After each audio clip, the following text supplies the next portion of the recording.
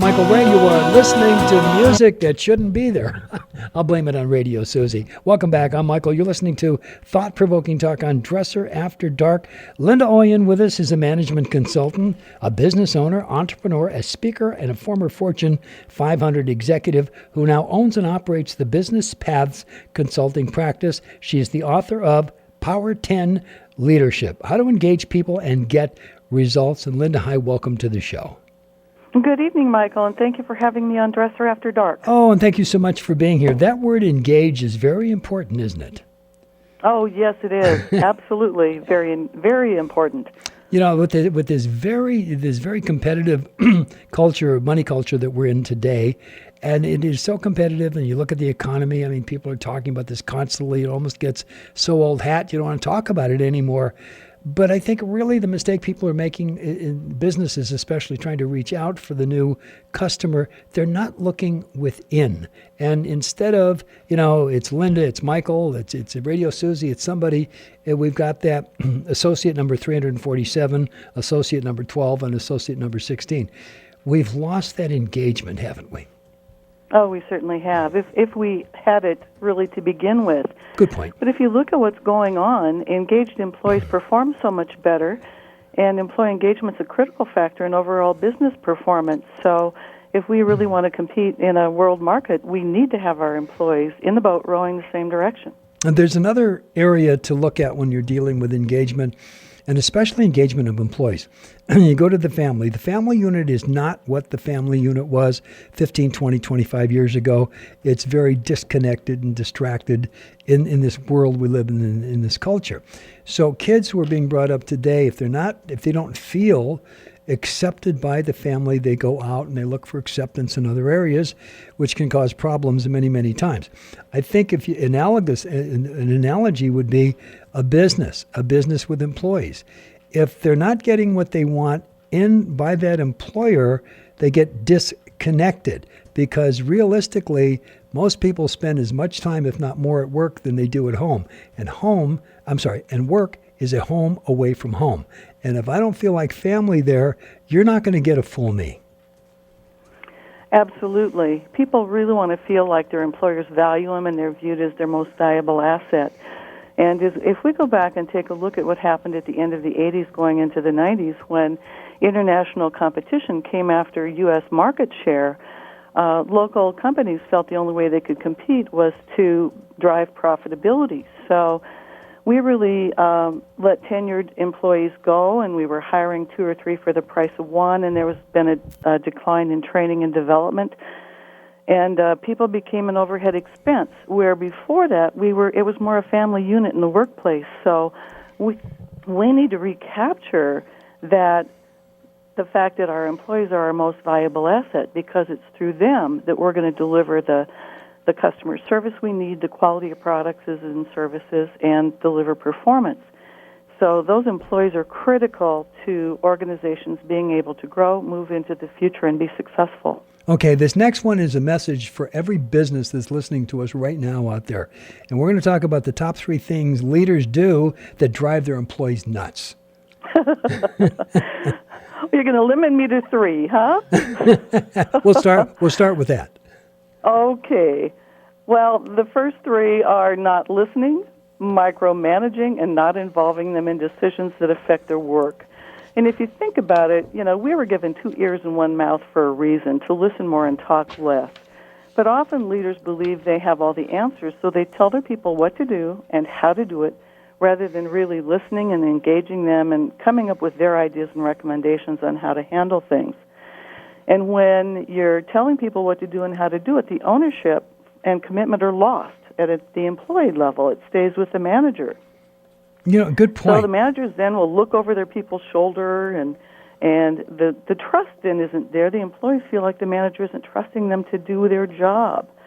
And employees really want to make a difference, and they want to do a good job. But there's also been, I think, a lot of confusion surrounding empowerment over the years and what it truly means.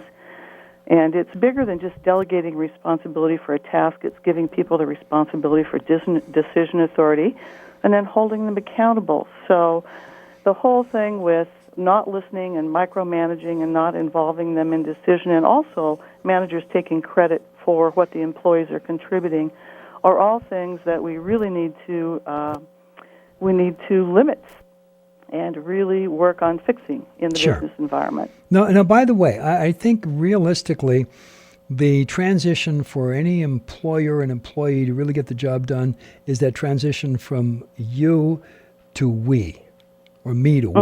Yeah, and I think that's really it. There is something that any leader can say that gets an employee motivated. What is that?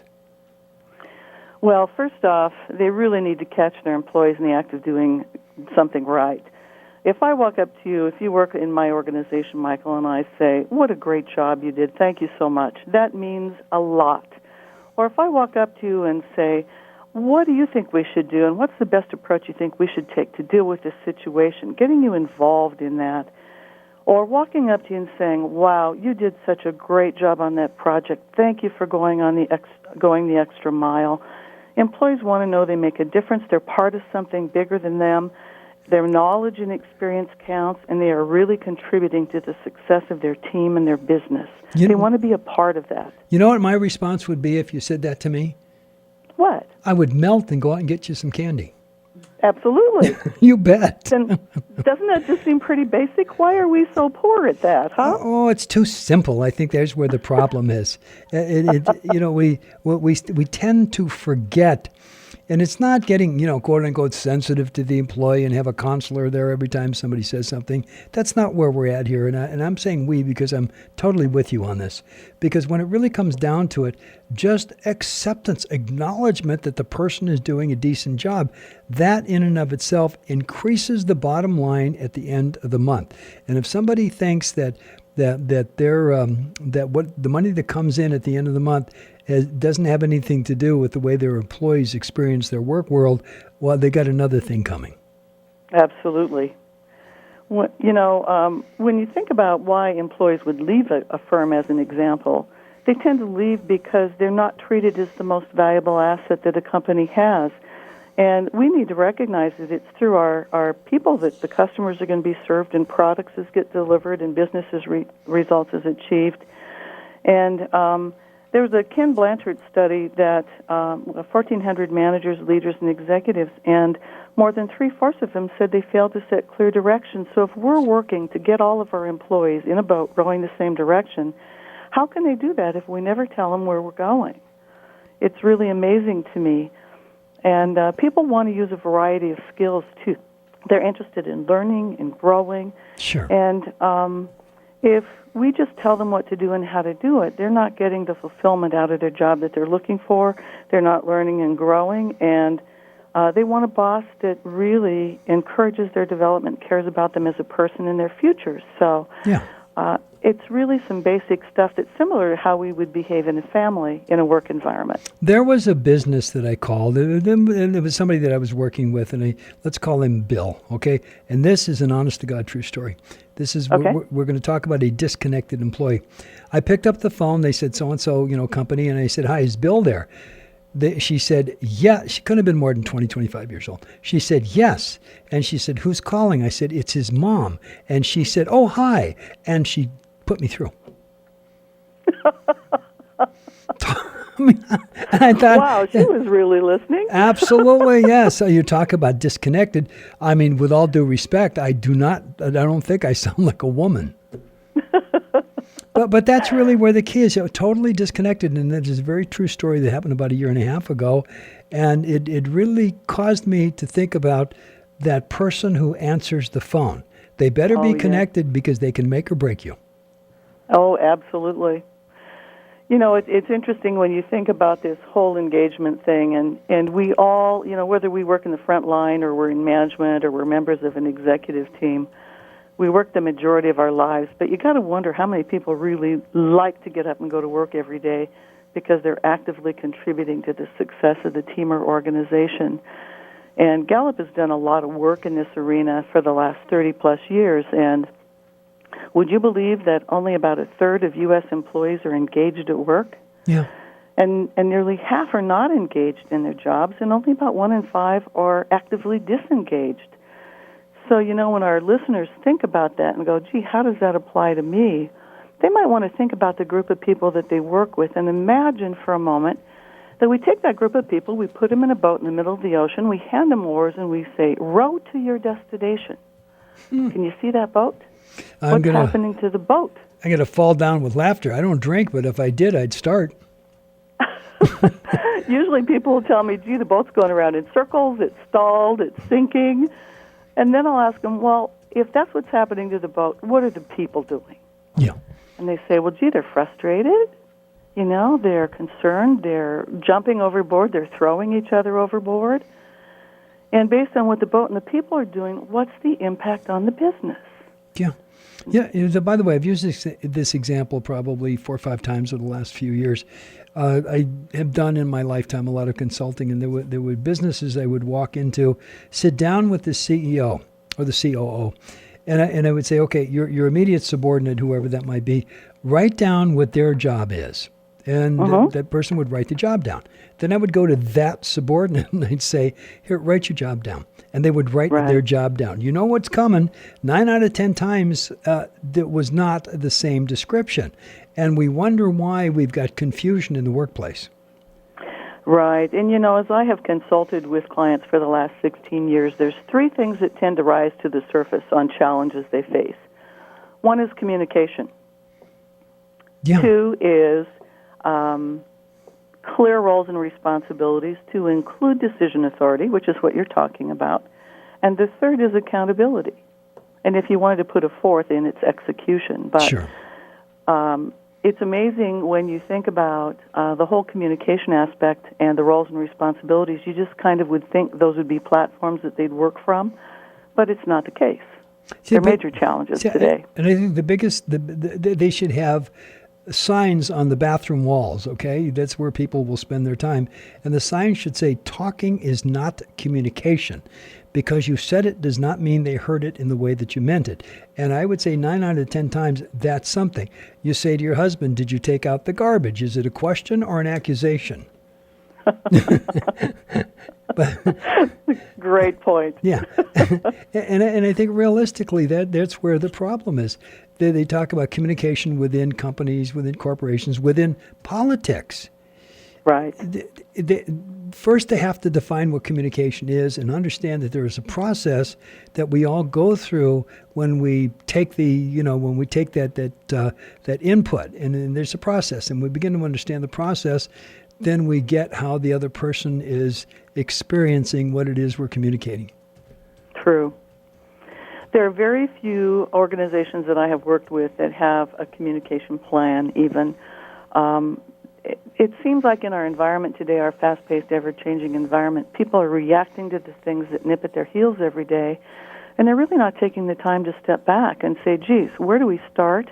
What decisions and what action do we need to take? And how are we going to ensure that we have all the things in place and our people actively engaged to move us there? Sure. And you run into it this way also. You take a word. It's the White House. They're after us. They're ringing. Did you wear the tinfoil so the rays can't get to us? But when it comes down to it, if you take a word, you've got a dictionary definition of the word, whatever that is, and then you've got the connotation, which is the underlying meaning of the word. Now, there's a third area that most people just completely overlook, and that's called the state of mind of the receiver. You're in a great mood. I walk into the room and I say, hey, what a great outfit. And you say, hey, thanks, big smile. You're in a lousy mood. I walk into the room and say, what a great outfit. And you're saying, what do you mean by that? You got right. it? Yeah. But that's also an audience, and an audience is employees, somebody listening to the radio, 2 people, 10 million people. It is all the same thing. Mm-hmm. Yeah. Another thing, too, that I think is a major challenge in business today, there's an absence or a void of leadership that's been building over the past several decades. Because of the bond that was broken between employer and employee, we stopped investing in the type of training and development that people were getting, both at the leadership level and below. And I've seen so many really good people be thrown into the deep end of the leadership pool to sink or swim. In fact, I read a study not too long ago where 6 in 10 people in supervisory and management positions had not been given any training or development before they were given responsibility for managing people. So we have kind of a two-pronged challenge here, and that's really increasing the leadership because the manager's role is changing to one of more leadership, and then getting employees engaged in helping us get that boat rowing toward the destination. So we've got a couple challenges to work with on that front, but that's going to help us deliver the performance we need so we can compete in a world market. Sure, and I think another problem that we have, there's an old thing called the Peter principle, hitting your height of incompetency. You're a great salesperson. I mean, you're really good, and because you're so good, they make you a manager. So you're a pretty decent manager. You're okay, but you're a great salesperson. You've been there for long enough to make you an executive. You're a lousy executive, an okay manager, and a tremendous salesperson. Each level, you've hit your height of incompetency, and when we put people into leadership positions, they don't always qualify for that position. They've either been there since, because of a period of time or some political whatever. And I think that's where really the problem is. Leaders are not born. It's a skill. And it's learned, and it's something that they work with constantly and they keep learning. So many of the leaders that we have today, whether it's political or in business, corporations, whatever, they're not truly leaders. That's true. And again, we need more leadership. The more we move decision-making down to the employee level, the point of need. And it also takes a different skill set to be great in sales or to be great in the financial and the numbers side of the business or Sure. be great in the service side of the business. And I know as I work with clients and they're working on filling leadership or management positions, they'll tell me, these are some of the most important decisions you're going to make in the next 10 years in your business. No question. Who you put in these jobs. Linda, I hate to do this to you, but we're running out of time. Do you have do you have a website we can find you at? Get the book, get more information. I do. You can get the book at www.businesspaths.net, like the paths your business would take, or on Amazon, and the name of it is Powerton Leadership, How to Engage People and Get Results. It's a great book. It's a guide that should be on the desk of every manager and leader, because it's got downloadable tools. It has valuable insights and sound advice included in it that are really a compilation of things that I've used over the last 30 years in both my direct leadership responsibility as well as consulting for private, public, and nonprofit organizations. And then from what I've heard you say, it'll keep guys like us who still think John Wayne and the Fonz should be president and vice president, where I come from, to be mistaken for somebody's mother. Okay, good night. There you go. Thank you so much for joining us. Thank you, Michael. Appreciate being on this evening. Good night. Good night.